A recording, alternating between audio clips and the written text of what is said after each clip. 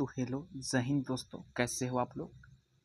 आज हम आप सभी के बीच वर्ग 12वीं के प्रथम पाठ बातचीत के वस्तुनिष्ठ प्रश्नों को लेकर आप सभी के बीच आए हैं, जो परीक्षा के दृष्टिकोण से बहुत ही महत्वपूर्ण है।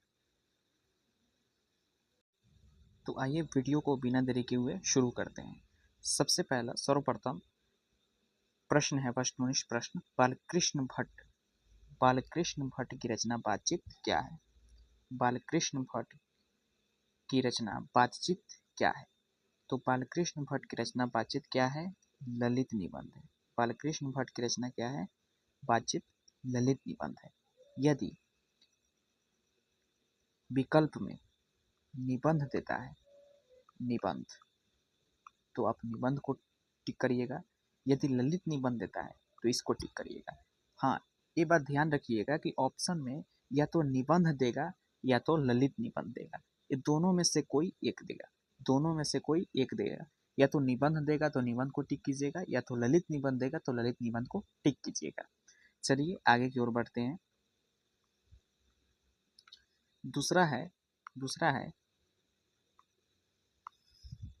है कि बालकृष्ण भट्ट किस युग के निबंधकार थे। दूसरा कहता है कि बालकृष्ण भट्ट जो थे किस युग के निबंधकार थे। तो बालकृष्ण भट्ट जो थे वो भारतेंदु युग के निबंधकार थे। बालकृष्ण भट्ट की बात की जाए, यदि आप चैप्टर पढ़िएगा सुचारू रूप से क्रमबद्ध तरीके से, तो आपको उसमें परख में आएगा कि बालकृष्ण भट्ट किस युग के निबंधकार थे। तो बालकृष्ण भट्ट जो थे वो भारतेंदु युग के निबंधकार थे। किस युग के निबंधकार थे, भारतेंदु युग के। बालकृष्ण भट्ट किस युग के निबंधकार थे, भारतेंदु युग के। तो इसका ऑप्शन आंसर क्या हो जाएगा, बी इसका आंसर हो जाएगा। चलिए अगला प्रश्न है तीसरा, कि मनुष्य की बातचीत का उत्तम तरीका क्या है। मनुष्य की बातचीत का उत्तम तरीका क्या है। तो मनुष्य की बातचीत का उत्तम तरीका क्या है, अवाक होकर अपने से बातचीत करना। अवाक होकर अपने से बातचीत करना। मनुष्य की बातचीत का उत्तम तरीका क्या है, अवाक होकर अपने से बातचीत। फिर अगला है चौथा, देखते हैं। चौथा है संवाद में सबसे महत्वपूर्ण क्या है। चौथा प्रश्न कहता है कि संवाद में सबसे महत्वपूर्ण क्या है।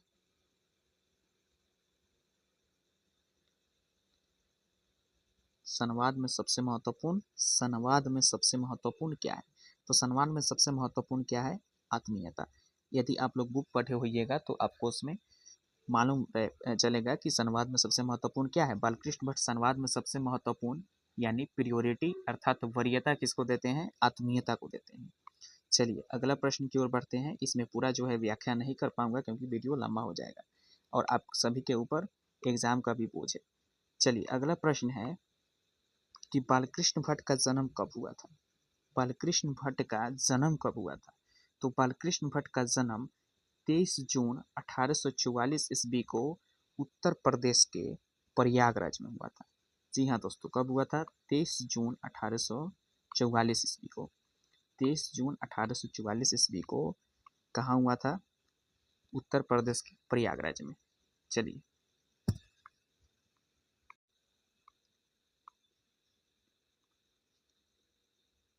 अच्छा, उतना कोट कर दूँ क्या, कटना हो जाती है। तो पांचवा प्रश्न है कि बालकृष्ण भट्ट का जन्म कहाँ हुआ था, जन्म कब हुआ था। तो पांचवा प्रश्न है कि बालकृष्ण भट्ट का जन्म कहाँ हुआ था, कब हुआ था। बालकृष्ण भट्ट का जन्म कब हुआ था। तो इनका जन्म 23 जून 1844 ईस्वी को, 23 जून 1844 को।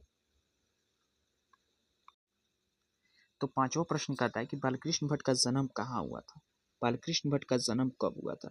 तो बालकृष्ण भट्ट का जन्म 23 जून 1844 को उत्तर प्रदेश के प्रयागराज में हुआ था। कहाँ हुआ था, उत्तर प्रदेश के प्रयागराज में। चलिए छठा प्रश्न की ओर बढ़ते हैं। छठा प्रश्न है कि संयोगिता स्वयंवर रचना किसकी है। संयोगिता स्वयंवर रचना किसके द्वारा रचित है। तो संयोगिता स्वयंवर रचना जो है यह श्रीनिवास दास के द्वारा रचित की गई है। संयोगिता स्वयंवर रचना श्रीनिवास दास की है। चलिए अगला प्रश्न है 7वां प्रश्न, कौन सी रचना बालकृष्ण भट्ट की नहीं है। 7वां प्रश्न है कि कौन सी रचना जो है बालकृष्ण भट्ट की नहीं है। तो इसमें आंसर हो जाएगा परीक्षा गुरु। कौन सी रचना बालकृष्ण भट्ट की नहीं है, परीक्षा गुरु। चलिए 8वां प्रश्न देखते हैं। 8वां प्रश्न है कि कौन सी रचना बालकृष्ण भट्ट की है, यानी इनमें से कौन सी जो रचना है वो बालकृष्ण भट्ट की है। कौन सी रचना इनमें से बालकृष्ण भट्ट की है। तो रेल का विकट खेल। कौन सी रचना बालकृष्ण भट्ट की है, रेल का विकट खेल, यानी ऑप्शन ए क्या हो जाएगा, आंसर सही हो जाएगा। चलिए 9th वाला देखते हैं। 9वां प्रश्न है कि बालकृष्ण भट्ट ने कौन सा मासिक पत्र निकाला था। 9वां प्रश्न है कि बालकृष्ण भट्ट ने कौन सा मासिक पत्र निकाला था। तो बालकृष्ण भट्ट की बात की जाए तो आप लोग पढ़े होइएगा, तो उसमें कौन सा मासिक पत्र था, हिंदी प्रदीप। कौन सा मासिक पत्र था, हिंदी प्रदीप, जिसको 1877 ईस्वी में प्रकाशित किया गया था। कब किया गया था, तो बालकृष्ण भट्ट ने कौन सा मासिक पत्र निकाला था, हिंदी प्रदीप, जो प्रकाशित हुआ था 1877 में। यदि आप सब का कमेंट रहा तो मैं इसके ऊपर डिटेल में वीडियो बना दूंगा। 10वां प्रश्न है। 10वां प्रश्न कहता है कि बातचीत किस विद्या की रचना है। बातचीत जो है, देखिए हम शुरू में बोले थे कि यदि बातचीत के ऊपर इसके संदर्भ में कोई बात आ जाए कि बताइए कि निबंध है, निबंध है, इसके संदर्भ में हम दो बात बताए थे, एक निबंध और एक बताए थे ललित निबंध। दो बात बताए थे। यदि किसी भी विकल्प में कोई भी विकल्प दे दे, यदि उसमें निबंध देता है तो आप निबंध को टिक कीजिए, और यदि ललित निबंध देता है तो ललित निबंध को टिक कीजिए। निबंध देता है तो निबंध को टिक कीजिए, और ललित निबंध देता है तो ललित निबंध को टिक कीजिए। यदि निबंध देता है तो निबंध को टिक कीजिए, और यदि ललित निबंध देता है तो ललित निबंध को टिक कीजिए। डाउट क्लियर हुआ। फिर एक बार और दोहरा देते हैं कि किसी भी ऑब्जेक्टिव प्रश्न में यानी वस्तुनिष्ठ प्रश्न में पूछेगा कि बातचीत किस विद्या की रचना है। यदि उसमें मेंशन किया है, उसमें बताया है कि निबंध के बारे में, यदि उसमें जो है यदि निबंध के बारे में दिया है तो निबंध टिक कीजिएगा, यदि ललित निबंध दिया है तो ललित निबंध, दोनों सही है। चलिए 11वां प्रश्न की ओर बढ़ते हैं। 11वां प्रश्न है रॉबिन्सन क्रूसो। रॉबिन्सन क्रूसो ने 16 वर्ष के उपरांत किसके मुख से एक बात सुनी थी। रॉबिन्सन क्रूसो ने 16 वर्ष के उपरांत किसके मुख से एक बात सुनी थी।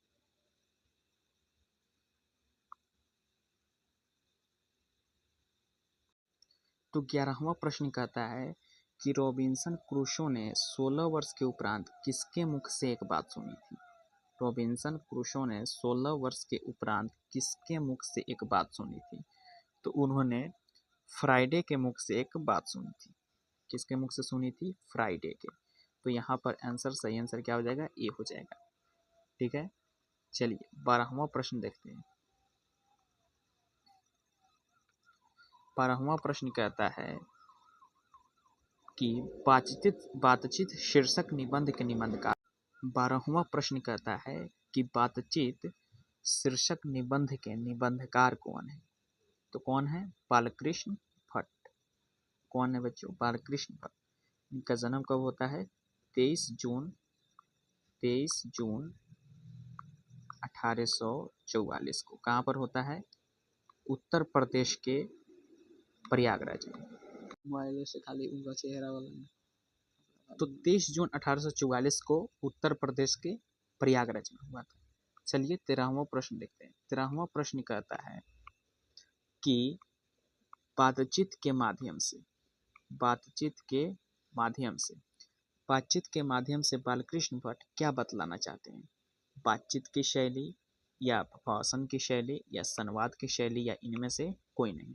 तो बातचीत के माध्यम से बालकृष्ण भट्ट बातचीत की शैली को प्रदर्शित करना चाहते हैं।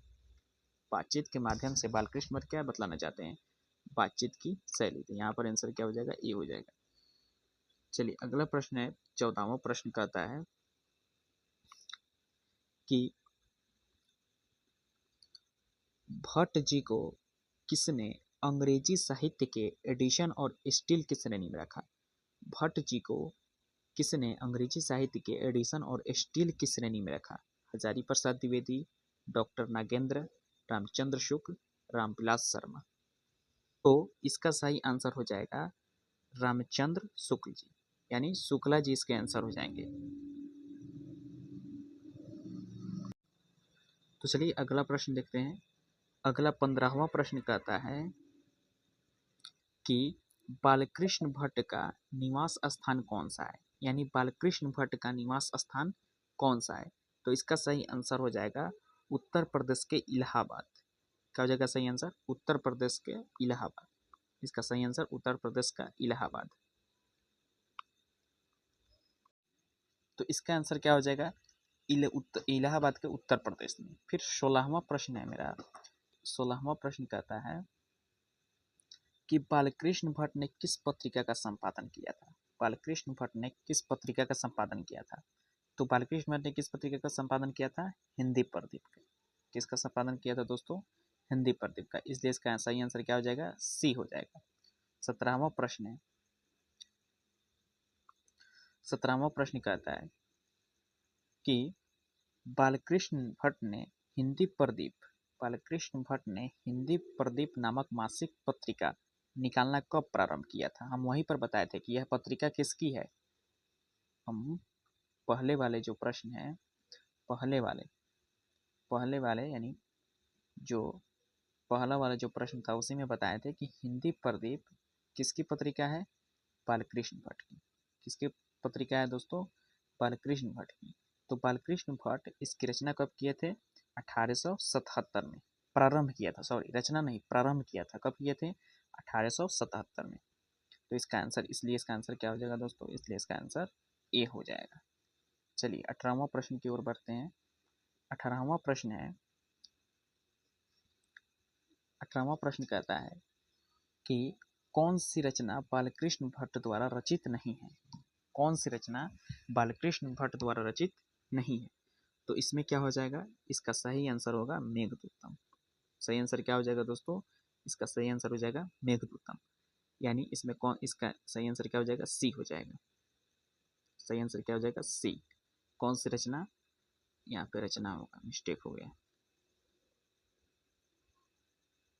यहाँ पर रचना होगा। कौन सी रचना? कौन सी रचना होगा? ठीक है। चलिए 19वां प्रश्न है। 19वां प्रश्न 19वां प्रश्न कहता है कि कौन सा उपन्यास, प्रिंट हो गया फिर, कौन सा उपन्यास, यहाँ पर उपन्यास है, कौन सा उपन्यास, कौन सा उपन्यास बालकृष्ण भट्ट द्वारा रचित है? कौन सा उपन्यास जो है बालकृष्ण भट्ट द्वारा रचित है? कौन सा उपन्यास? तो मैला आंचल या गोदान या 100 अजान एक सुजान या अंतराल। तो इसका सही आंसर हो जाएगा 100 अजान एक सुजान। जी हाँ दोस्तों, इसका सही आंसर क्या हो जाएगा? 100 अजान एक सुजान। इसका सही आंसर क्या हो जाएगा दोस्तों? 100 अजान एक सुजान। फूल बना देते हैं। तो इसका सही आंसर क्या हो जाएगा? सी हो जाएगा। चलिए आगे बढ़ते हैं। तो 20वां प्रश्न कहता है कि नाटक के प्रारंभ में होने वाले मंगल पाठ को क्या कहा जाता है? नाटक के प्रारंभ में होने वाले मंगल पाठ को क्या कहा जाता है? तो इसको हम लोग कहते हैं, क्या कहते हैं दोस्तों? इसको कहते हैं नांदी पाठ। नांदी पाठ कहते हैं। Most VBI question, MVBBI। चलिए 21वां प्रश्न है। 21वां प्रश्न कहता है कि रॉबिन्सन क्रूसो को कब तक मनुष्य का मुख देखने को नहीं मिला? तो क्या 10 वर्ष, 12 वर्ष या 16 वर्ष या 18 वर्ष? तो इसका सही आंसर क्या हो जाएगा दोस्तों? 16 वर्ष। जी हाँ दोस्तों, इसका सही आंसर क्या हो जाएगा? 16 वर्ष। इसलिए इसका सी आंसर सही हो जाएगा। चलिए 22वां क्वेश्चन देखते हैं। आगे की तरफ बढ़ते हैं समय को देखते हुए। अगला क्वेश्चन है कि बोलने से ही मनुष्य के रूप का साक्षात्कार होता है। बोलने से ही मनुष्य के रूप का साक्षात्कार होता है। आखिरकार ये किसने कहा था दोस्तों? एडिसन या बेन जॉनसन या स्पेंसर या मिल्टन? तो इसको कहा था बेन जॉनसन। किसने कहा था? Ben Jonson. किसने कहा था दोस्तों? Ben Jonson. इसलिए इसका आंसर क्या हो जाएगा? बी हो जाएगा। 23 नंबर प्रश्न कहता है कि असल बातचीत सिर्फ दो व्यक्तियों में ही हो सकती है। असल बातचीत सिर्फ दो व्यक्तियों में ही हो सकती है, यह किसका मत है? आखिरकार असल बातचीत केवल दो व्यक्तियों में ही हो सकती है। आखिरकार यह किसने कहा था? दो व्यक्ति जो है अपने में गुटरगु कर सकते हैं, यानी बातचीत कर सकते हैं। यह किसने कहा था? यह एडिसन का मत था। किसका मत था? एडिसन का। किसका मत था दोस्तों? एडिसन का। असल बातचीत सिर्फ दो व्यक्तियों में हो सकती है, किसका मत था? एडिसन का। चलिए आगे की तरफ बढ़ते हैं। 24वां क्वेश्चन कहता है कि एडिसन के अनुसार असल बातचीत कितने लोगों के बीच हो सकती है? जी हाँ दोस्तों, इसका आप लोग उत्तर कमेंट में बताइए। पहले वाला था, तो इसमें क्या आंसर हो जाएगा? 2 हो जाएगा। तो इसलिए इसका आंसर क्या हो जाएगा? 1। चलिए आगे की तरफ बढ़ते हैं। 25वां प्रश्न कहता है कि बातचीत से, किससे दोस्तों? बातचीत से मन किस प्रकार का हो जाता है? तो बातचीत से बात की जाए तो मन एकदम हल्का और स्वच्छ हो जाता है। बातचीत से मन किस प्रकार का हो जाता है? हल्का और स्वच्छ हो जाता है। चलिए अगला है 26वां। 26वां प्रश्न है, किसके न होने से, किसके न होने से, किसके न होने से सृष्टि गूंगी प्रतीत होती है? किसके न होने से सृष्टि गूंगी प्रतीत होती है? यानी क्या नहीं रहेगा तो सृष्टि गूंगी प्रतीत होगी। तो यानी इसका आंसर, सही आंसर क्या हो जाएगा? वाक शक्ति। यानी बोलने की शक्ति यदि ना रही तो सृष्टि क्या होगी? सृष्टि जो है गूंगी प्रतीत होगी। जी हाँ दोस्तों, क्या प्रतीत होगी? गूंगी प्रतीत। इसलिए इसका आंसर, सही आंसर क्या हो जाएगा? बी हो जाएगा। चलिए अगला प्रश्न देखते हैं, आगे की ओर बढ़ते हैं। अगला प्रश्न है art of conversation. Art of conversation कहाँ के लोगों में सर्वाधिक प्रचलित था? Art of conversation, art of conversation कहाँ के लोगों में सर्वाधिक प्रचलित था? तो या तो था अफ्रीका के, या भारत के, या यूरोप के, या कनाडा के। तो इसका सही आंसर होगा यूरोप के। जी हाँ दोस्तों, किसका होगा? यूरोप के। बिल्कुल आपने सही सुना, किसका होगा? यूरोप के। यूरोप क्या है? हमारा एक महादेश है। चलिए अगले प्रश्न की ओर बढ़ते हैं। अगला प्रश्न है, राष्ट्रीय है, बालकृष्ण भट्ट किस काल के रचनाकार हैं? बालकृष्ण भट्ट जो हैं किस काल के रचनाकार हैं? तो ये जो है रचनाकार किस काल के हैं?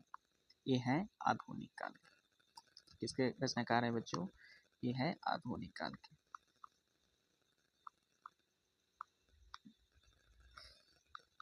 किसके हैं? आधुनिक काल के। तो आज का सिलसिला जो है यहीं पर समाप्त होती है। आज का मेरे वीडियो कैसा लगा कमेंट में ज़रूर बताना, और वीडियो को लाइक और सब्सक्राइब करना ना भूलना। तो यदि आपका कमेंट रहा तो इसके ऊपर, और अगर हम गहरी बात की जाए तो इसके ऊपर मैं, इसमें जितने भी कहानी है उसको सुचारू रूप से, उसको पूरा जो है उसका निचोड़ आप सभी के बीच में एक अगले वीडियो में दे दूंगा, यदि आपका कमेंट रहा तो। जय हिंद दोस्तों।